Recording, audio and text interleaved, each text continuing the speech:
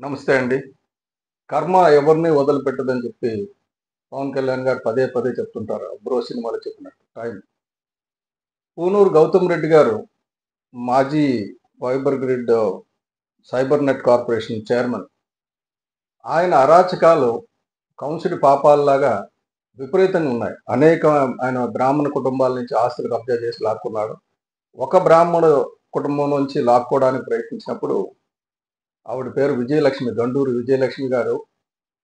ఆమె భర్త కొనుక్కున్న జిరాయితీ భూమిని బలవంతంగా కబ్జా చేసి దౌర్జన్యం చేస్తుంటే, ఆమె కుమారుడు గండూరు ఉమామహేశ్వర శాస్త్రి అమెరికాలో ఉద్యోగం చేస్తున్నవాడు. ఉన్నతమైన ఉద్యోగాన్ని వదిలి ఇండియాకొచ్చి ఇప్పటికి దాదాపు 7 ఏళ్ళు, ఒక 4 ఏళ్ళు కోర్టు కచేరీ చేసిన తర్వాత కోర్టులో ఆయనకు ఊరట లభించింది. కోర్టు ఆ స్థలాన్ని ఖాళీ చేసి ఆయనకు అప్పచెప్పమని చెప్తే, అప్పటి కమిషనర్లు, కలెక్టర్లు కూడా డిమాలిషన్ ఆర్డర్ వేసి ఆర్డర్ చేతికిచ్చి మనుషుల్ని ఇచ్చి పంపిస్తే ఆ యంత్రాలు వెనుదిరిగాయి. ఎందుకంటే అంతటి అరాచకం. ఒక నియంత జగన్మోహన్ రెడ్డి రాచరికపు పాలనలో ఉన్న సామంతరాజులాగా గౌతమ్ రెడ్డి బిహేవ్ చేసేవాడు. గౌతమ్ రెడ్డికి వ్యతిరేకంగా ఎవరైనా వెళ్తే వాళ్ళు చావడమే. ఈ విషయంలో గండూరు సుబ్రహ్మణ్య శాస్త్రి గారి, ఉమామహేశ్వర శాస్త్రి గారి తల్లిని కూడా నేను కలవడం జరిగింది. ఆమె కూడా వాపోయారు. అనేక టెలివిజన్, యూట్యూబ్ తీస్తే అన్ని యూట్యూబ్ ఛానల్స్లో ఉంటాయి ఎక్సెప్ట్ సాక్షి తప్ప. అయితే ఇంత చేసినా కూడా ఎవరు చేయకపోవడానికి కారణం ఏంటంటే, ఇది కేవలం కడపలోనే కాదండి, విజయవాడ నడిబొడ్డున గౌతమ్ రెడ్డి అరాచకాలు, అక్కడ ద్వారంపూడి చంద్రశేఖర్ రెడ్డి కాకినాడలో చేసిన అరాచకాలలాగా ఎవరు కూడా ఆయన పట్టించుకున్నవారు కాదు. వీడితో ఎందుకండి గొడవ, వదిలేయండి అని. అల్టిమేట్గా నేనేం చేశానంటే, నా దగ్గరికి ఉమామహేశ్వర శాస్త్రి గారు వస్తే, నేను అప్పటి మా అర్బన్ జిల్లా అధ్యక్షుడు పోతిన మహేష్ గారి దగ్గర పంపించాను. కొద్దిగా ఈ సంగతి చూడంటే, తప్పకుండా అన్నా నేను చూస్తానని చెప్పి భరోసా ఇచ్చాడు. పంపించారు.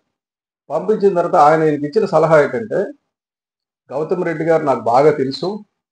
ఆయన ఆయన ఒకసారి ఏదైనా పట్టుకుంటే వదలడు. కాబట్టి ఆయన ఇచ్చినంత తీసుకుని వెళ్ళిపో, రాకపోతే ప్రాణాల మీద తెచ్చుకోక సత్య గారి దగ్గరికి మళ్ళీ వెళ్ళక అని చెప్పారు. అంటే ఆయన ఇదేంటి సత్య గారి దగ్గరికి పంపిస్తే మళ్ళీ వెళ్ళక అన్నారు. ఆఖరికి ఆయన మళ్ళీ జనవాణిలో కూడా అప్లికేషన్ ఇచ్చారు.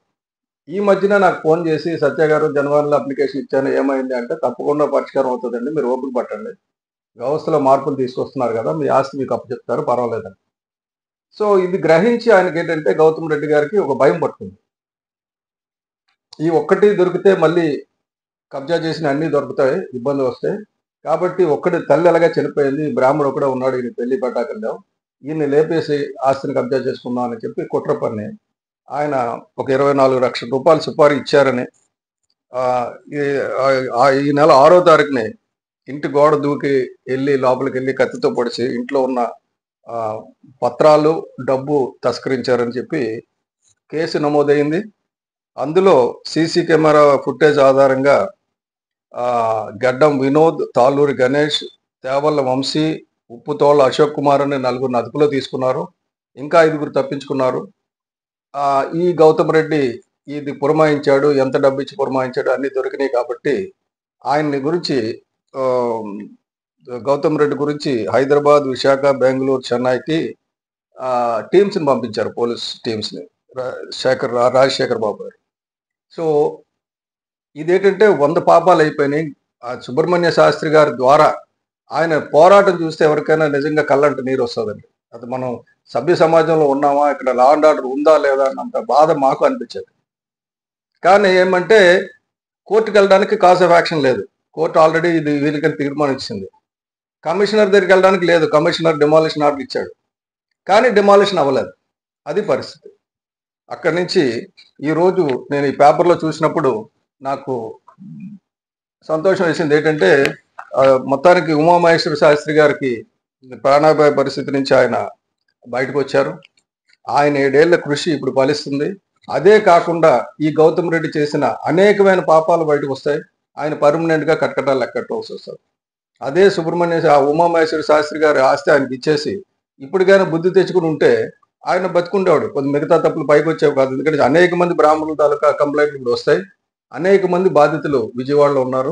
ఒక రకంగా విజయవాడ నగరానికి ఉమామహేశ్వర శాస్త్రి శాప విమోచనం చేశారు.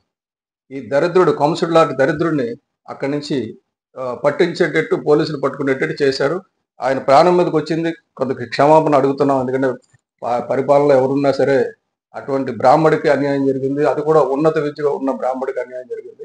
ఆయనకి క్షమాపణ కోరుకుంటూ ఈయనకి తగిన శాస్తి జరిగినందుకు సంతోషిస్తూ, ఇలాగే వీళ్ళ నాయకుడిని కూడా త్వరలో, ఈ నాయకుల్ని అధినాయకుల్ని వంతపాడే వాళ్ళని, పై టెలివిజన్లో కూర్చొని నీతులు వాగే వాళ్ళని, అలాగే ఆ సాక్షి ఛానల్లో కూర్చొని ఒక ఈశ్వరుని అతను ఉంటాడు, అదే పనిగా నిజాలను అబద్ధం చేయాలని చెప్పి చాలా తాపత్రయపడుతుంటాడు. ఈ గౌతమ్ రెడ్డి మీద ఒక స్టోరీ చేయండి. ఈశ్వర్ గారు, నేను మీకు చెప్తున్నా, గౌతమ్ రెడ్డి మీద ఒక స్టోరీ చేయండి. ఆయన ఎంత మహాత్ముడు, స్వాతంత్ర సమర యోధుడు మీరు చెప్పండి. మీకు మంచి వాక్పటిమ ఉంది కదా, చెప్తురు కానీ. అలాగే మిగతా వాళ్ళ దగ్గర నుంచి కూడా నేను పోతిన మహేష్ ఏమంటాడో నాకు కావాలి, అలాగే అంబటి రాంబాబు గారు ఏమంటారో కావాలి, అలాగే మా ప్రతిదానికి పైకి వచ్చిన పేరుని నాని, ఆ నానికి కూడా పని ఉంది దగ్గరలో. ఎందుకంటే ఆ నానిగారు చేసిన కబ్జాలు ఇన్ని కాదు. మడాడంలో, ఆ ఊర్లో మడాడంలో దోషం చేశాడు, ఆయన మీద దుర్గుణం ఉంది. అన్నిటినీ ప్రతి దాన్ని చిట్టా వేసి చట్టబద్ధంగా వాళ్ళు కోరుకున్న విధంగా లోపలేస్తామని చెప్పి మనవి చేసుకున్నాం. Thank you.